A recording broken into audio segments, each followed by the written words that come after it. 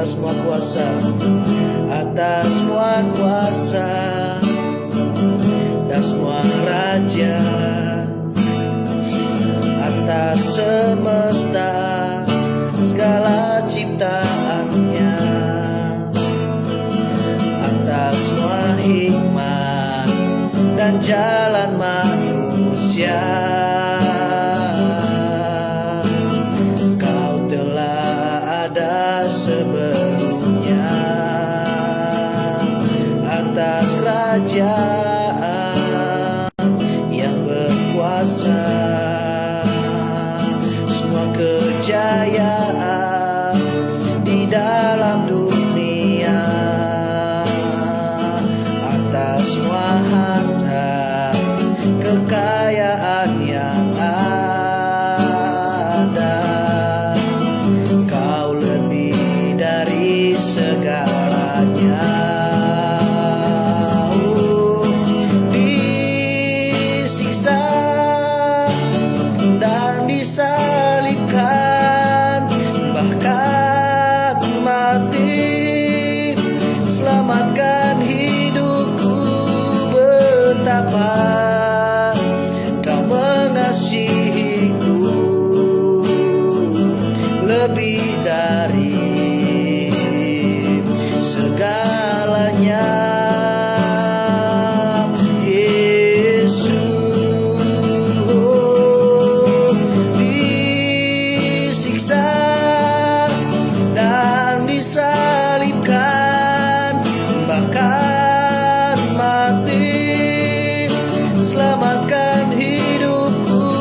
Betapa kau mengasihiku,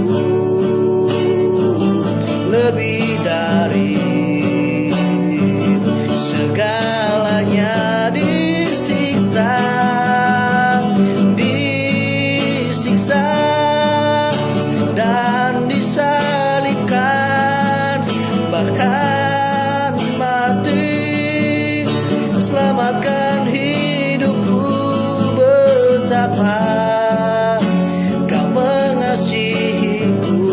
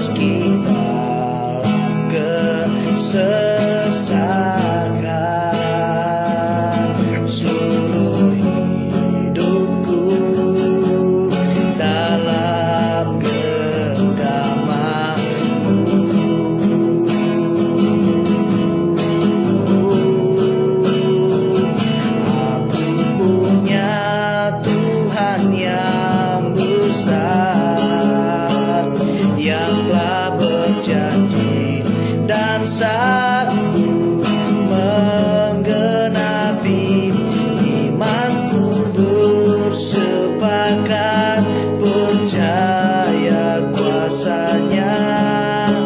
Ku terima sekarang kemenangan darimu.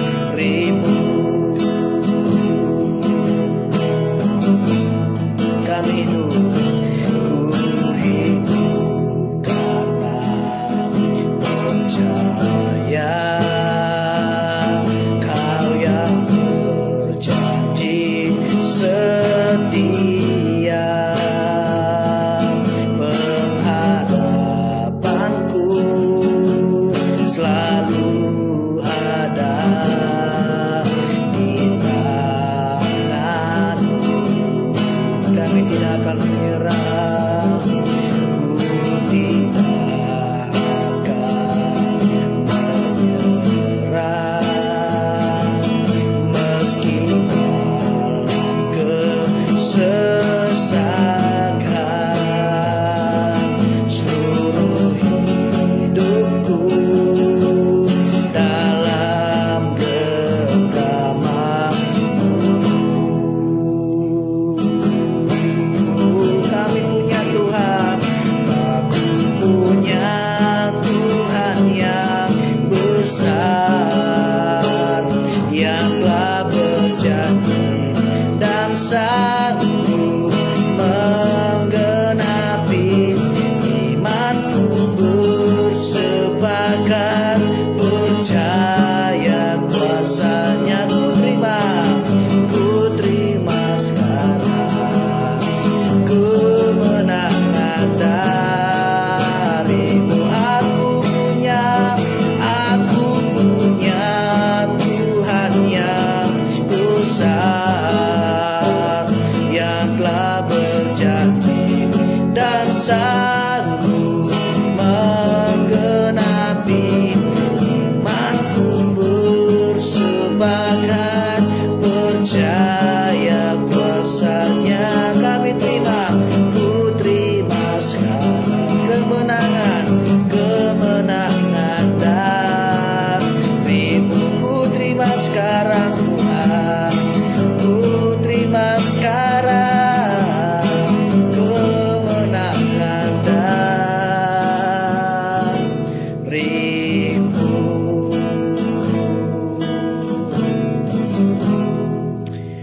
Ya.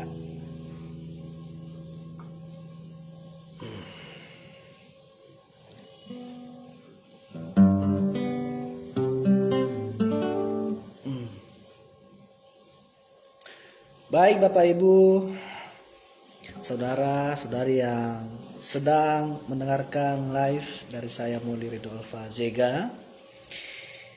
Ada satu firman Tuhan yang mungkin menguatkan iman kita pada pagi hari ini. Saya ambil di kitab Kolose pasal 3 ayat 15. Sekali lagi, dari kitab Kolose pasal 3 ayat 15. Ini surat Paulus kepada jemaat yang ada di Kolose. Demikian bunyi firman Tuhan. Kolose 3 ayat 15. Hendaklah damai sejahtera Kristus memerintah dalam hatimu, karena untuk itulah kamu telah dipanggil menjadi satu tubuh, dan bersyukurlah. Nah, tema yang saya angkat pada pagi hari ini yaitu damai sejahtera. Tentunya Bapak Ibu sudah tahu apa itu damai sejahtera. Damai sejahtera adalah hak dan sekaligus tanggung jawab setiap orang yang mengikut Yesus. Sekali lagi, damai sejahtera adalah hak dan sekaligus tanggung jawab setiap orang yang mengikuti Tuhan Yesus. Saya percaya kita semua yang nonton live ini semuanya mengerjakan tanggung jawab ya yang sudah Tuhan percayakan kepada kita, setiap orang yang percaya kepadanya. Ada 3 poin yang saya bagikan pada pagi hari ini. Yang pertama adalah damai sejahtera kita dapat melalui darah Kristus, pendamaian manusia berdosa dengan Allah yang Maha Kudus. Manusia yang hidup dalam dosa tidak mungkin memiliki yang namanya damai sejahtera. Betul? Mereka itu sudah tertipu. Mereka itu sudah diperbudak oleh iblis. Mereka terpisah dari Allah. Makanya ada firman Tuhan yang berkata bahwa tak terpisahkan dari kasih Allah. Betul. Tapi bagi saya, yang memisahkan kita dari kasih Allah adalah dosa. Tentunya dosa upahnya adalah maut. Ya, dan kita menjadi seteru bagi Allah dan kita sedang berontak padanya. Artinya ketika kita melakukan kesalahan maupun dosa, kita sedang memberontak kepada perintah Allah. Bayangkan Bapak Ibu, semua kekacauan itu di mana letak damainya? Tidak ada. Tidak mungkin. Makanya Yesus datang dan membayar pemberontakan kita. Dia mendamaikan kita dengan Allah. Disitulah letak dari pintu kita menuju damai sejahtera. Artinya Yesus datang ke dunia ini untuk mendamaikan manusia dengan Bapa atas dosa yang telah dilakukan. Pada bulan ini, bulan April ini, dalam masa-masa pra-Paskah. Ya, ingat bahwa damai sejahtera itu kita dapatkan lewat darah Kristus Yesus yang sudah tercurah di atas kayu salib. Sekali lagi, Kristus datang ya untuk membayar pemberontakan kita itu. Dia mendamaikan kita atau dia mendamaikan manusia dengan Allah. Di situlah letak dari pintu kita menuju damai sejahtera. Yang kedua, damai sejahtera itu harus dimulai dalam diri sendiri. Itu seluruh diri kita dikendalikan oleh damai itu. Ya, bagaimana cara kerja damai itu, Bapak Ibu? Adalah dengan memerintah hati dan pikiran kita. Setelah kita menerima Kristus. Ya, saya percaya sebagian yang nonton live ini, kita sudah menerima Tuhan sebagai Yesus. Kita sudah menerima Yesus sebagai Tuhan dan Juru Selamat kita. Menerima Tuhan Yesus sebagai Tuhan dan Juru Selamat kita itu tentunya bukan berbentuk pasif. Ya, itu adalah sesuatu yang aktif. Kita aktif memastikan damai sejahtera itu sekarang yang kita peroleh, yang kita miliki, bertanggung jawab mengatur semua suasana dan keputusan hati kita. Damai kita tidak bisa bekerja di luar Tuhan, tapi damai sejahtera kita itu harus bekerja di dalam Tuhan Yesus. Damai sejahtera itu tidak bisa bergantung pada apa yang sudah terjadi di sekitar kita, atau di sekitar lingkungan kita, atau di sekitar gereja kita, tetapi apa yang terjadi dalam hati kita. Kita harus mesti ingat bahwa darah Kristus, darah Yesus yang tercurah di atas kayu salib itu telah memperdamaikan saya, Bapak Ibu, dengan Allah. Damai sejahtera yang dahulu hilang setelah dosa masuk ke dalam dunia telah dikembalikan oleh darah Kristus yang tercurah di atas kayu salib. Jadi, mengapa damai itu bisa hilang dalam hidup kita? Jelas penyebabnya adalah bila kita kehilangan pandangan ya akan pengorbanan Tuhan Yesus Kristus, yaitu Tuhan kita atau Raja di atas segala raja. Jadi damai sejahtera itu yang kita miliki saat ini bukan pasif, tapi itu harus aktif dalam melakukan tanggung jawab. Yang ketiga, damai sejahtera itu bukan untuk kalangan sendiri, tetapi modal untuk hidup bersama. Ya, meski damai itu harus bermula dari internal manusia, tetapi damai itu tidak pernah dimaksudkan untuk kalangan sendiri saja. Ya, tapi untuk modal untuk hidup bersama.